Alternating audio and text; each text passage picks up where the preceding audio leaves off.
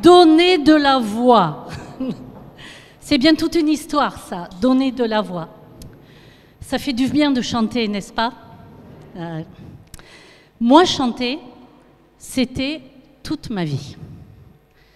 Dans ma famille, à la fois de musiciens professionnels et amateurs, chanter faisait partie de notre vie.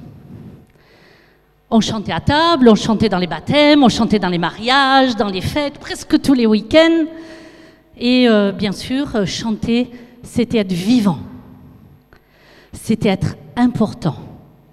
C'était avoir une place, faire partie d'un tout, d'une communauté, d'un village, d'une association, d'une famille. La communauté des autres. Mon grand-père, lui là, un bon béarnais avec son verre de Jurançon.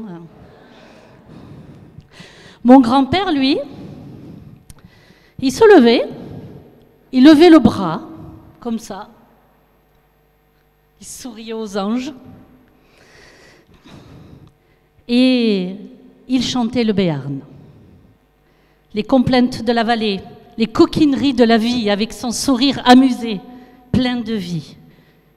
Bella l'untenzio en eso, che non sia heit cansu, non ja che gran tristreso, e gran desulatio, et printens che forlegre, ju non posem pechar, magre ma gran tristeso, je tournerai cantar.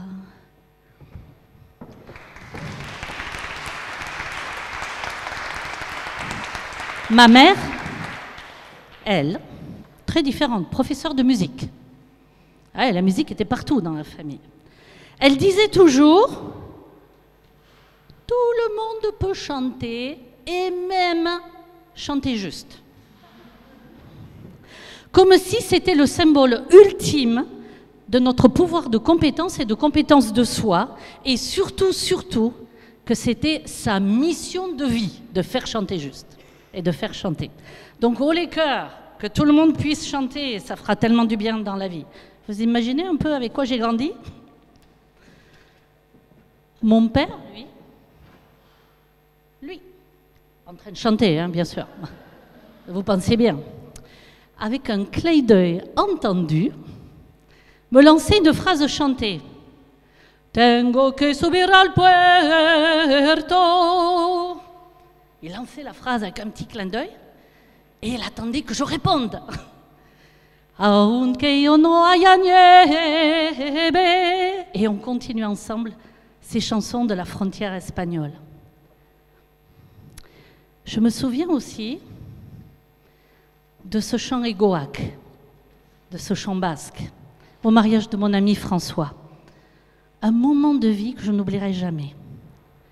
Je lance la première phrase devant le parvis de l'église. Égoac eba barishkiro. Je regarde mon ami qui sortait de l'église, les yeux dans les yeux. Il respire avec moi et on continue ensemble. Et se joignent, premier cercle, deuxième cercle d'amis, troisième cercle, la rue entière qui se met à chanter, même les inconnus qu'on ne connaît pas font partie du tout. Une respiration commune, le souffle de l'amitié, de l'humanité, l'ensemble des singularités réunies. Alors vous imaginez bien que ces moments, à la fin de chacun de ces moments de bonheur, je me sentais galvanisée et pourtant en même temps humble et reconnaissante de l'harmonie qu'elle m'avait portée. Je me sentais tellement chanceuse, tellement vivante. Alors, vu de là, vous imaginez que je rêvais de devenir chanteuse. Et même, j'osais rêver un truc que jamais personne n'avait fait dans la famille, chanteuse lyrique. D'ailleurs, je m'appelais Mano Palace et on m'appelait La Palace. Bon, toute proportion gardée, évidemment. Je me sentais vibrante quand je le faisais. Et j'imaginais que je pouvais vivre de ma passion. Car j'avais une passion, chanter. Cependant, il y avait une petite chose qui se passait. D'un côté, mon petit démon, là, qui parlait, vous savez, la petite voix, là, du fond, j'en avais deux voix. La première, c'était d'un côté, tu ne seras pas à la hauteur, tu ne peux pas vivre de ça, tu te prends pour qui? Non, mais sans déconner. J'étais terrifiée à l'idée d'en faire mon métier. Alors, je décide contre toute attente et tout modèle dans la famille, qui venait de l'agriculture, de la musique, de faire un BTS en commerce international. La voix de la raison. Et puis la voix de l'autre côté, là. Mais quand même, avec la voix que tu as, tu peux apporter ta pierre à l'édifice. Ose rêver. Alors avec mon amie Brigitte, accompagnatrice de piano, on a fait quelques jolis petits concerts, des tours de chant, des auditions, quelques petits contrats, petits débuts de carrière, des radios crochets. Et puis, quand même, c'est bien ça qu'on savait faire dans la famille. Alors pourquoi douter? En fait, j'ai choisi de ne pas choisir. Trop la trouille et trop envie. Rien lâcher, mais rien oser.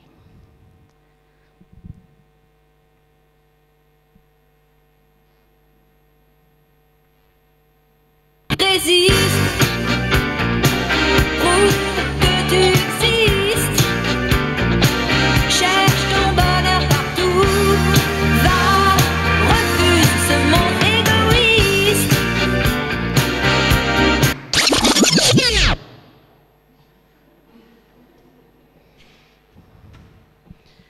Un matin de mes 25 ans, je me lève pour faire mes vocalises, comme à mon habitude. Et rien. Plus rien. Alors, je bois un verre d'eau, je recommence. Je dis, oh, ce matin, j'ai peut-être mal dormi. Je recommence. Rien. Je sens la chaleur monter, ma bouche est sèche. Je tremble de tous mes membres. Je me dis, oh, je dois être trop fatiguée. Mais ça continue, à la semaine, tous les jours, plusieurs semaines. Je n'ai plus de voix, c'est même pire. Elle est devenue folle, elle déraille, elle se cogne dans ma gorge. Mon corps, elle me fait peur, car je ne peux plus rien contrôler de ce que j'aime faire et de ce que je sais faire. C'est le chaos. Des jours entiers sans savoir, sans pouvoir chanter, des semaines, des mois, comme je le disais. Je me sens comme une folle qui erre dans un monde sans repère. Qui suis-je sans voix? Pour moi, pour les autres? Est-ce que ma mère, mon père, mon grand-père, mon frère, mes amis, mon mari vont m'aimer encore?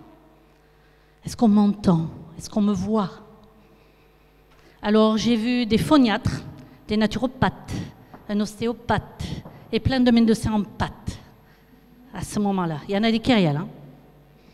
Madame, vous n'avez aucun problème médical. Pas même la moindre petite trace de nodule. J'aurais bien aimé qu'on me dise, on va vous enlever le nodule, tout va bien.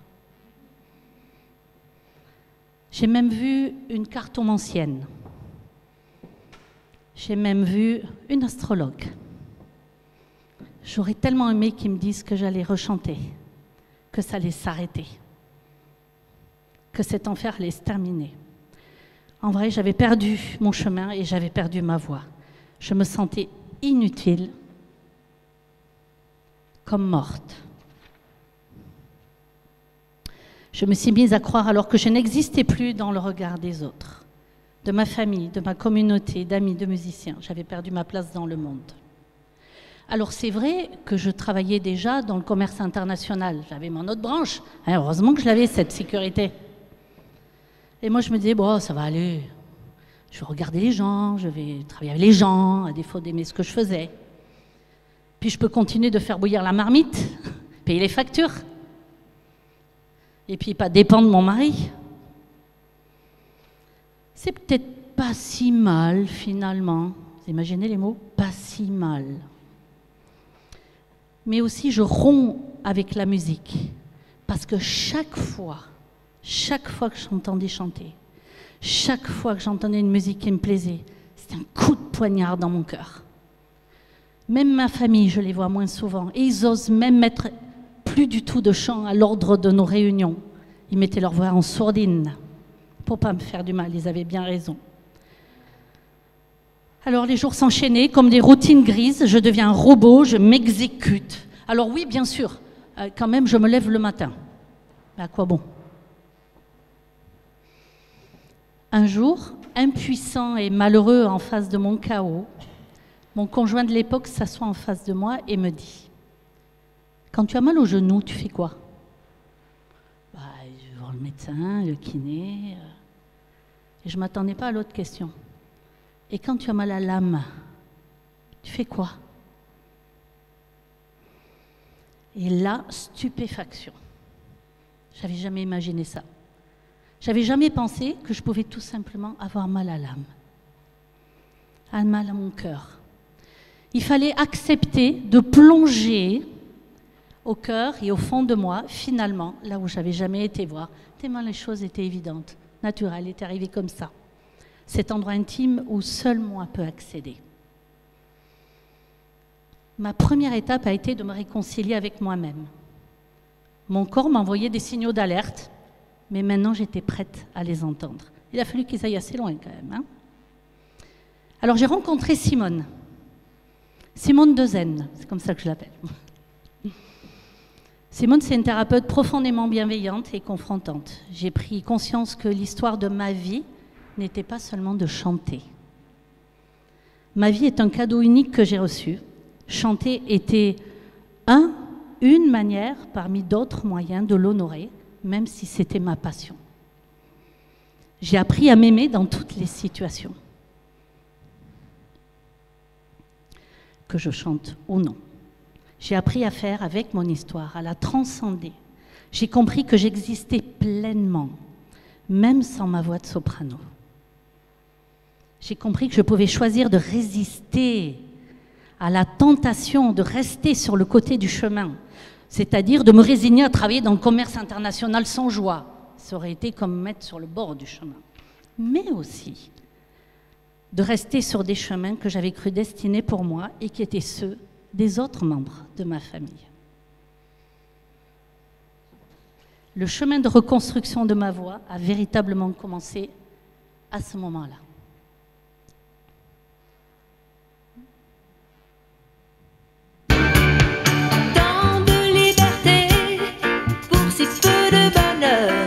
Est-ce que ça vaut la peine? Si on veut t'amener à renier tes erreurs, c'est pas pour ça qu'on t'aime. Si tu réalises que l'amour n'est pas là, ça c'était ma seconde étape. Tu te couches sans aucun le chemin de la liberté. Résiste, prouve que tu existes, cherche ton bonheur partout, va, refuse ce monde égoïste, résiste, suis ton cœur qui insiste.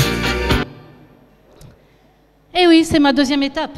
Exister, résister. Résister à ces chemins tout tracés pour moi qui n'étaient pas les miens, mais ça je ne le savais pas avant. Et exister pleinement comme je suis. Alors ma troisième étape, c'est d'aller trouver ma voix à moi. La troisième voix, mais ce coup-ci VOIE. Évidemment. Ma passion était de chanter et je ne pouvais plus chanter. Je suis donc allée chercher ce qui se cachait derrière le fait de chanter. Je me suis rendu compte, en fait, que ce qui était essentiel dans le fait de chanter, c'était de faire vibrer les autres. De faire allumer la flamme, la vivance. C'était ça qui me passionnait. Je me revoyais en train de chanter. Et en fait, ce que je kiffais grave, c'est de voir la lumière s'allumer dans les yeux des gens. Et qui se mettent à chanter. Avec moi ou sans moi, je m'en fous, faux, juste. Je n'étais pas comme ma mère, je m'en fous si c'est pas juste. Mais pas non plus comme mon grand-père, ou comme mon père ou ma mère, qui faisaient chanter, vibrer en chantant. Ma manière à moi de vous faire vibrer, de vous faire sentir vivant, c'était de devenir coach et de vous aider à trouver votre voix. Vous l'écrivez comme vous voulez. Celle qui fait chanter les chœurs, ou celle qui trace votre chemin, qui ne s'arrête même pas avec la retraite.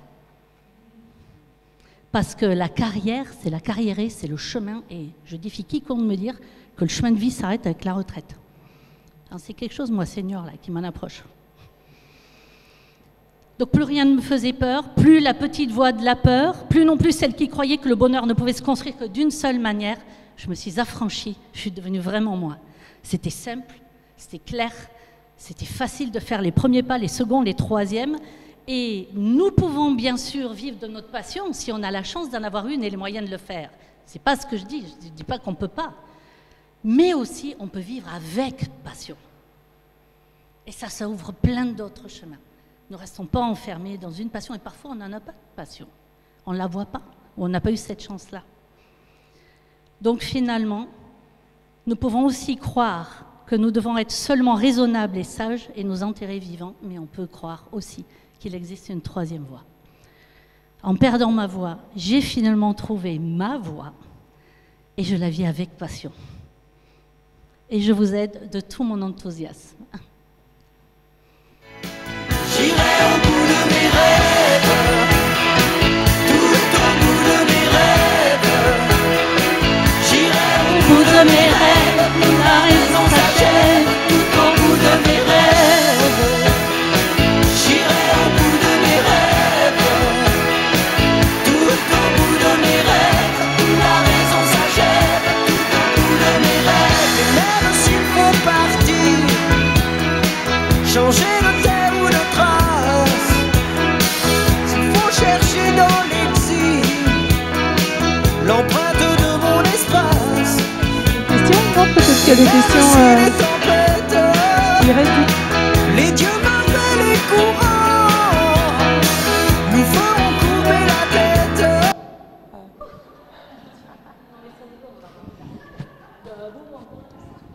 Il reste une dizaine de minutes. Si... Quel tempo! T'as vu, Anne? J'ai tenu le créneau. Ah. Parce qu'on est briefé, hein. Tempo, du temps pour les gens. Et elle a raison. Alors, je suis ouverte. Voilà. Est-ce qu'il y a des choses qui se passent pour vous dans lesquelles vous reconnaissez des choses? Ce n'est que mon histoire. J'ai essayé de la raconter de manière à ce que chacun puisse aussi reconnaître son chemin. Et je vous en prie, allez-y témoigner, partagez, posez des questions, ce que vous voulez. Vous êtes bienvenus et je me sens en sororité avec vous parce que je sais combien chacun de vous a une histoire, un parcours pour arriver jusqu'ici. Que vous soyez accompagnant ou accompagné.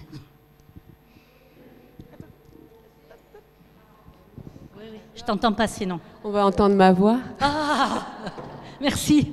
Tout d'un coup, mon oreille gauche se met... Moi, j'écoute de l'oreille gauche, c'est pour ça. Pareil. C'est l'oreille du cœur. Ah, c'est peut-être pour ça alors.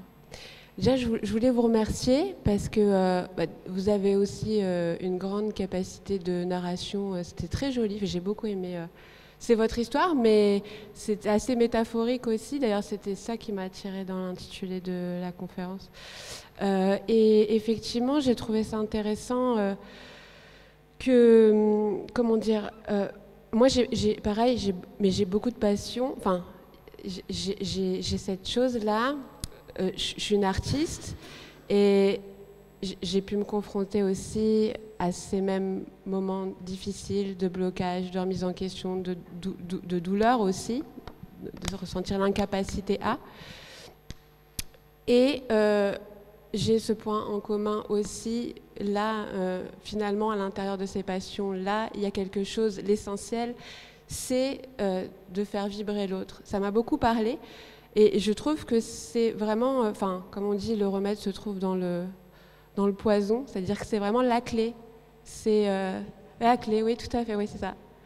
Donc oui, merci pour ça, parce que c'est vrai que ça donne une clarté et ça ouvre beaucoup, beaucoup de portes au final. Donc, je suis ravie.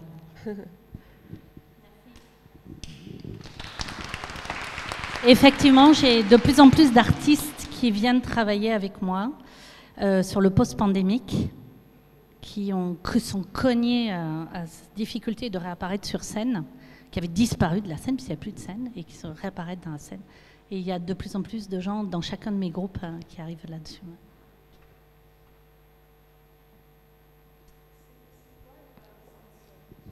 Effervescence Consulting. En fait, j'ai créé Effervescence Consulting en 2019, juste avant la pandémie. Pendant 20 ans, j'ai travaillé dans un cabinet qui avait pignon sur rue. Ça n'était pas mon premier métier. J'étais dans le commerce international avant, vous avez compris. Puis 10 ans, j'ai co-créé une structure d'insertion par le travail, où là, j'ai recommencé à trouver un peu de sens pour moi, après gros break. Et ensuite, j'ai travaillé dans un cabinet qui avait pignon sur rue et qui me permettait d'avoir des beaux chantiers, dans des grandes entreprises, tout ça. Et puis, là aussi, je me suis éloignée de ce qui était mon cœur. C'est les gens, vraiment, quoi, et pas les systèmes. Et donc, du coup, j'ai décidé, quand même, après 20 ans de bons et loyaux services associés dans ce cabinet, et d'avoir beaucoup appris aussi, grâce aussi à mes associés, de créer Effervescence Consulting. Et je me suis dit, Hélène, ta dernière partie de carrière, 0 concession. D'ailleurs, concession, c'est des sessions de cons.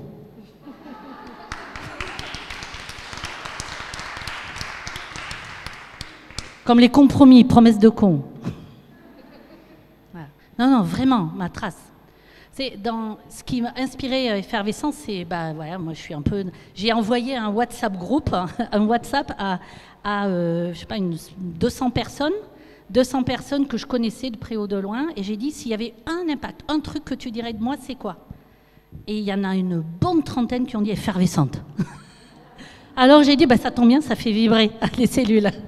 Et donc du coup, c'est ça. Effervescente, c'est ça, c'est l'accompagnement aux transitions de carrière par le sens, véritablement. C'est pas moi qui ai inventé la méthode, c'est un Canadien qui s'appelle Steve Miller.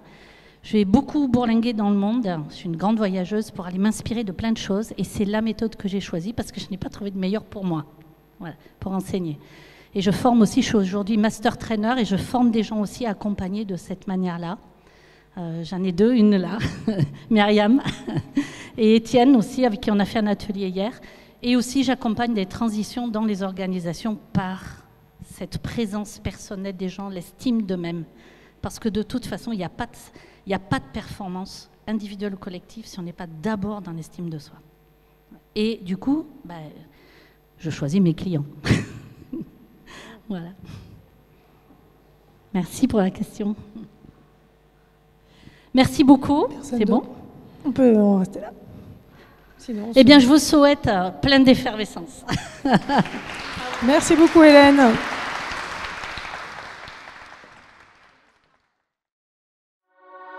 You